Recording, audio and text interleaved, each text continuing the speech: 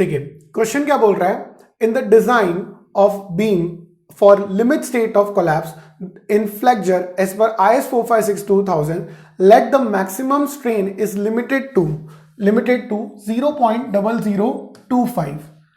For this situation, consider a rectangular section of effective size 250 mm into 300 mm. Area of the steel is 1500 mm square and Fe 250. M20 grade of steel and concrete is used. इसमें आपको पता करना है depth of neutral axis for balance section at the end second पता करना है at the limit state of collapse at the flexure the force acting on the compression zone of the section. आपको ये पता करना है, ठीक है। ये दो चीजें आपको यहां पर क्या करना है, पता करना है। तो सबसे पहले तो आपको बैलेंस सेक्शन के लिए depth of neutral axis for the balance section बनाना है। तो अगर मैं आपको यहां पर ये बोलूं कि आपके पास एक सेक्शन है ना, एक रेक्टेंगुलर सेक्शन इस तरह से, ये आपको यहां पर इसने बता रखा है। क्या बता रखा है आपके पास? एक रेक्टेंगुलर सेक्शन इस तरह से बता रखा है। अब रेक्टेंगुलर सेक्शन का आपको यहां पर इसने क्या दे रखा है, इस तरह से विड्थ दे रखा है।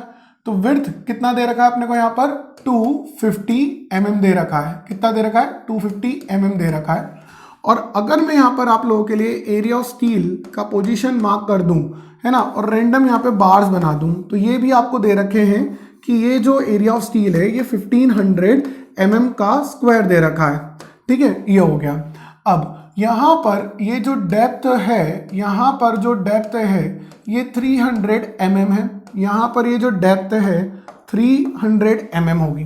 कितनी होगी? 300 mm होगी। अब क्या करता हूँ मैं, यहाँ पर एक न्यूट्रल एक्सिस इस तरह से क्या कर लेता हूँ, प्लॉट कर लेता हूँ। और शायद आपको ये चीज क्लियर हो गई होगी कि सर इस क्वेश्चन में आप स्ट्रेस और स्ट्रेन के डायग्राम दोनों बनाओगे। और एक सवाल मैं आपसे पूछ रहा हूं ये बनाते समय कि बताइए मुझे चेंज किस डायग्राम में आएगा, स्ट्रेस या स्ट्रेन? स्ट्रेस या स्ट्रेन किस डायग्राम में चेंज आएगा? बता दीजिए आप लोग मुझको, किस डायग्राम में चेंज आना चाहिए। ओके, तो आप लोगों को चेंज जो है क्या वो समझ में आया कि एज पर IS 456 वो आपको बोल रहा है 2000, let the maximum strain is limited to 0.0025। मतलब का जो मैक्सिमम स्ट्रेन का आप डायग्राम बनाते थे ना, वो आपको चेंज करना है, लेकिन सिर्फ कंक्रीट की तरफ का चेंज करने को बोला है। मतलब ये यहाँ पर जो अपन ऐसे डायग्राम बनाते थे ना, ये ऐसे करते हुए, ये देखिए, ये ऐसे करते हुए जो हम लोग यहाँ पर डायग्राम बनाते हैं, ये देखिए। ओके, तो यहां पर एक और पार्ट आएगा, ये देखिए।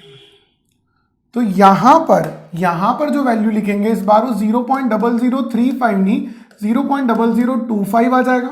यहां के लिए उसने कुछ नहीं कहा, ये अभी भी 0.002 ही रहेगा। अगर मैं बैलेंस सेक्शन के लिए बना रहा हूं तो यहां पर ये 0.87 FI/ES plus 0.002, okay, plus 0.87 FI, मुझे फॉर्मूला गलत लिखा गया, वेट अ मिनट। फॉर्मूला जो आएगा that will be 0.87 FI/ES plus 0.002, ये ऐसा हो जाएगा। यहां पर ये जो वैल्यू होगी इसे हम मैं डिनोट कर रहा हूं XU लिम से, ठीक है, XU लिम से डिनोट कर रहा हूं। और ये जो वैल्यू हो जाएगी ये D माइनस ऑफ XU लिम से, XU लिम हो जाएगा, ठीक है, XU लिम हो जाएगा। क्लियर हुई बात? उसी तरह से अगर मैं यहां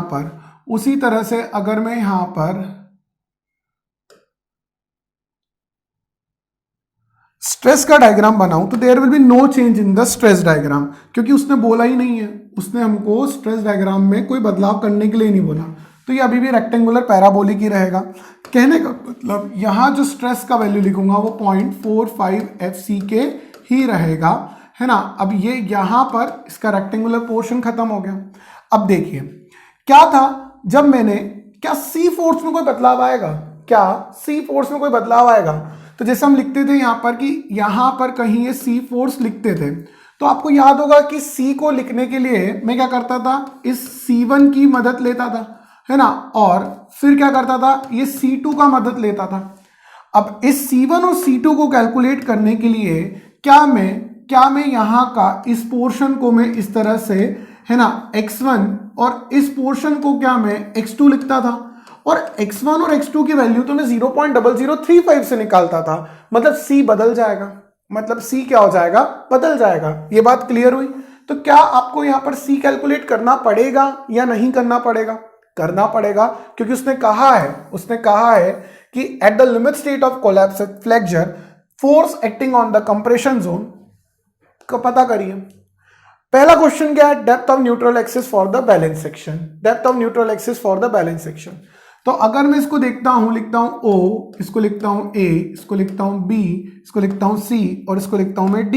अगर देखता हूं इस तरह से, और अगर यहां लिखूं मैं इन ट्रायंगल, है ना, in triangle O A B and triangle O A B and triangle O C D and triangle O C D, क्या लिख रहा हूं मैं यहां पर? देखिए 0.0025 अपॉन में एक्सुलिम, है ना, अपॉन में एक्सुलिम is equals to 0.87 Fy upon में ES प्लस 0.002 अपॉन में D माइनस ऑफ एक्सुलिम, D माइनस ऑफ एक्सुलिम।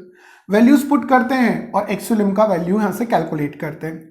ठीक है, तो जैसा कि आप जानते हैं कि मैं क्या करूंगा, ये पहले भी हम लोग कर चुके हैं, लेकिन वो 0.0035 के लिए करा था। तो क्या मैं यहां पर ऐसा लिख सकता हूं, D माइनस ऑफ एक्सुलिम, है ना, अपॉन में D, है ना, अपॉन में D, ऐसा, सॉरी, अपॉन में एक्सुलिम, ऐसा लिख सकता हूं मैं, हाँ या ना?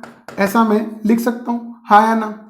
ठीक है, चलिए अब बताइएगा मेरे को कि ये लिखने के बाद अगर मैंने इसको ऐसा लिख दिया, तो क्या मैं इसको ऐसा भी लिख सकता हूं, D अपॉन में एक्सुलिम, D अपॉन में एक्सुलिम, है ना, माइनस में 1.87 Fy की जगह कितना ग्रेड दे रखा है क्या स्टील का, देख ले एक बार, 250 और M20, 250 और M20, तो 0.87 Fy की जगह कितना जाएगा, 250 आ जाएगा, है ना, प्लस 0.002 और ES कितना होगा, 2 इंटू 10⁵ न्यूटन पर mm स्क्वायर, है ना, अपॉन में क्या चले जाएगा, ये अपॉन में कितना आ जाएगा, बस ये उठ के यहाँ जाएगा, तो अपॉन में कितना आ जाएगा, 0.0025। इतना पार्ट क्लियर हुआ आप लोगों को? इतना पार्ट क्लियर हुआ। अब यहां पर ये जो D माइनस एक्सुलिम होगा, माइनस में 1 उधर उठ के +1 जाएगा, उधर उठ के जाएगा तो +1 हो जाएगा। यहां पर जो भी सॉल्व करा उसका वैल्यू लिखना है, तो देखते हैं कि कितना आएगा। This will be equals to 1.235, okay, 1.235। अब D का वैल्यू, मेरे ख्याल से मुझे D का वैल्यू याद है 350 था, नहीं 300 है, तो 300 यहां पर D की जगह आ जाएगा, 300 आ जाएगा D की जगह, तो 300 यहां पर आ गया, अपॉन में 2.235 आ गया, और यहां से आ जाएगा एक्सुलिम का वैल्यू। तो देखते हैं, यहां से एक्सुलिम विल बी इक्वल्स टू 134.228। मैंने एक बार ये क्वेश्चन सॉल्व कराया है, तो वहां पर मेरा आंसर शायद से 133 भी आया है, तो इतना फर्स्ट एक एम का इतना फर्क नहीं पड़ेगा, तो 134.228 भी सही है, किसी का 133.9 ऐसा कुछ करके आ रहा है, तो वो भी सही है। It is almost close.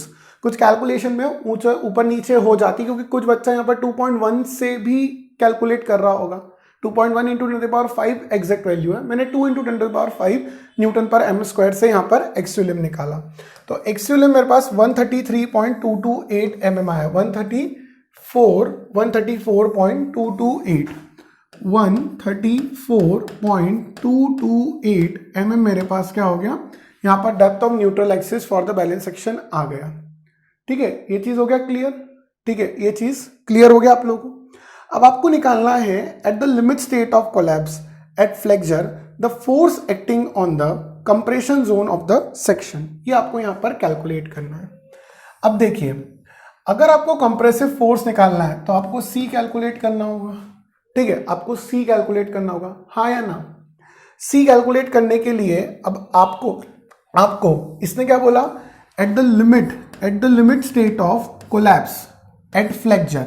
ठीक है, तो limit state of collapse flexure में हम लोग क्या करते हैं, पहली बात तो लिमिट स्टेट मेथड में हम लोगों का जो सेक्शन होता है वो सिर्फ क्या होता है, अंडर रेनफोर्स्ड सेक्शन होता है। इस अंडर रेनफोर्स्ड सेक्शन के अंदर हमेशा ध्यान रखना, सेक्शन का टाइप कोई सा भी हो, लेकिन जो फाइनल फेलियर होता है ना, फाइनल फेलियर जो होता है, final failure is due to collapse और the crushing of concrete only, crushing of concrete, यही हम लोग मान के चलते हैं। क्लियर हो गई बात?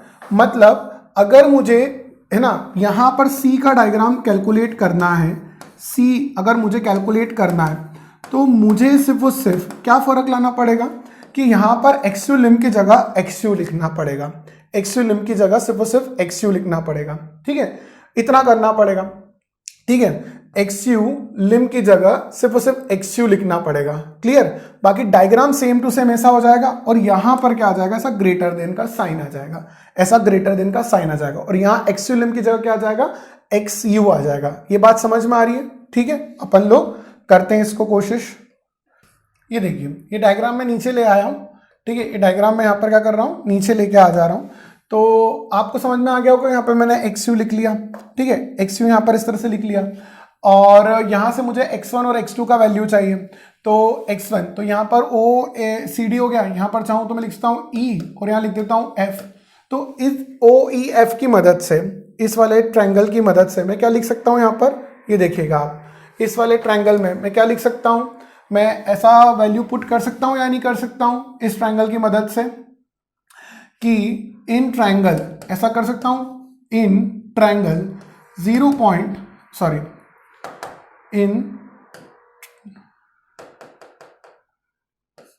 in triangle OAB and triangle OEF, है ना, लिखता हूं मैं, तो क्या हो जाएगा 0.0025 अपॉन में, है ना, अपॉन में XU is equals to 0.002 upon में x1 अपॉन में x2, ऐसा कर देता हूं। यहां से मुझे मिल जाएगा x2। Let's check out x2 का वैल्यू कितना आ रहा है। ठीक है, x2 का वैल्यू कितना आ रहा है, it is 4/5 of, it is x2 का वैल्यू आ रहा है 4/5 ऑफ XU। उसी तरह से x1 आ जाएगा मेरे पास कितना, है ना, 1/5 ऑफ XU। ये भी आ गया मेरे पास 4/5 और कितना आ गया, 4/5 और 1/5 आ गया। ठीक है, ये चीज समझ में आया आपको? चलिए आगे बढ़ते हैं और क्या कर सकते हैं इसके अंदर।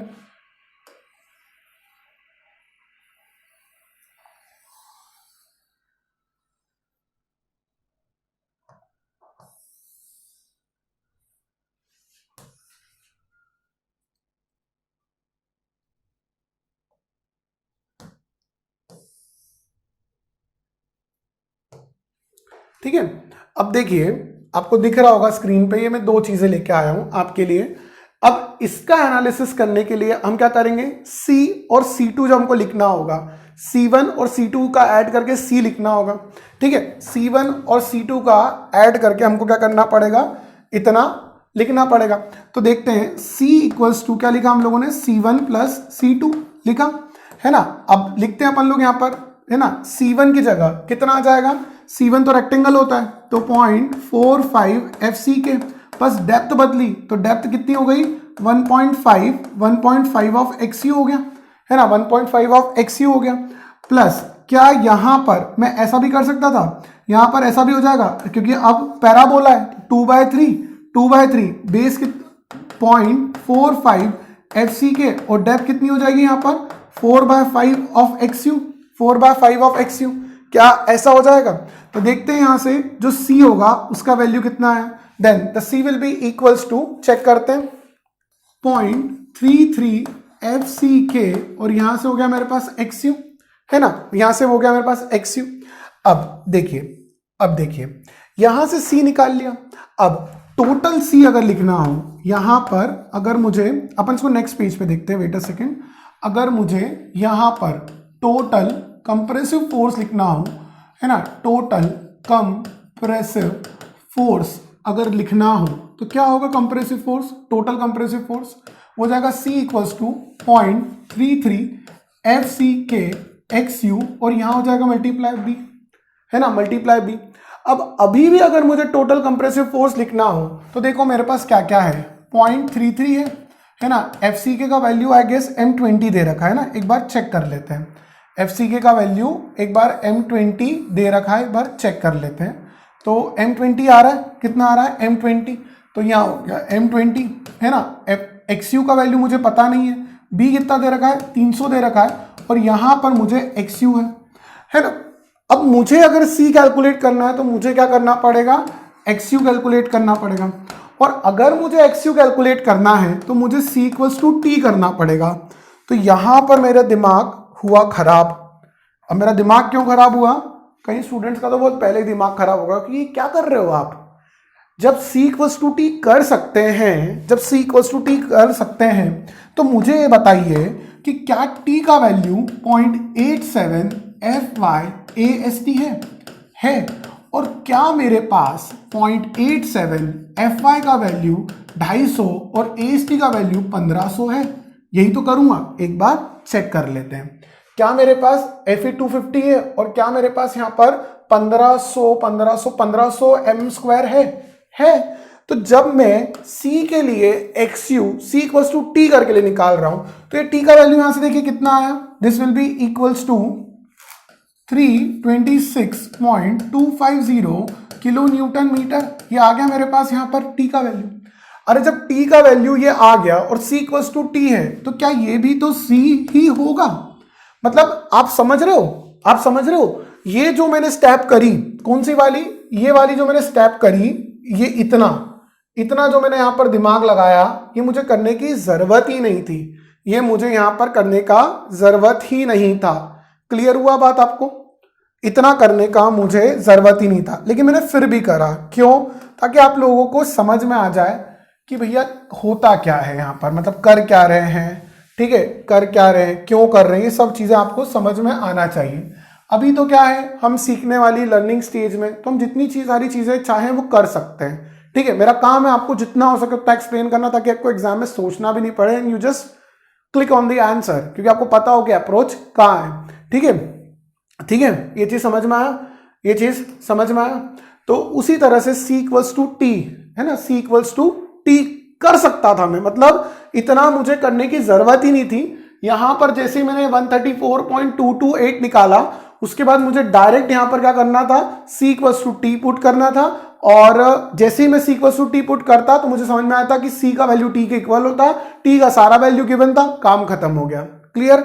उसी तरह से पिछले वाले क्वेश्चन में भी जो पार्ट 2 था उसे सॉल्व करने के लिए पार्ट 1 सॉल्व करने की जरूरत ही नहीं, उसमें पार्ट 1 की जरूरत थी, क्योंकि पार्ट 1 कैलकुलेट करेंगे तभी डिफरेंस निकलेगा। सॉरी, ये गलती है मेरी बोलने में, बट वहां करना पड़ेगा। तो ये 134.228 हो गया, और यहां से 326.250 हो गया।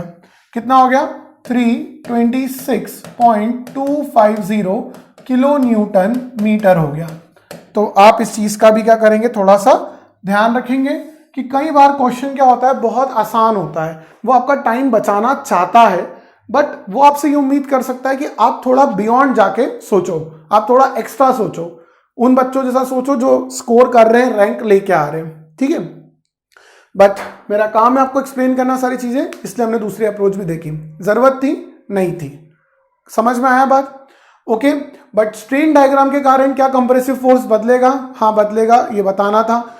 स्ट्रेस डायग्राम के कारण कंप्रेसिव फोर्स बदलेगा, हाँ बदलेगा, ये भी चीज बतानी थी, ये बता दिया।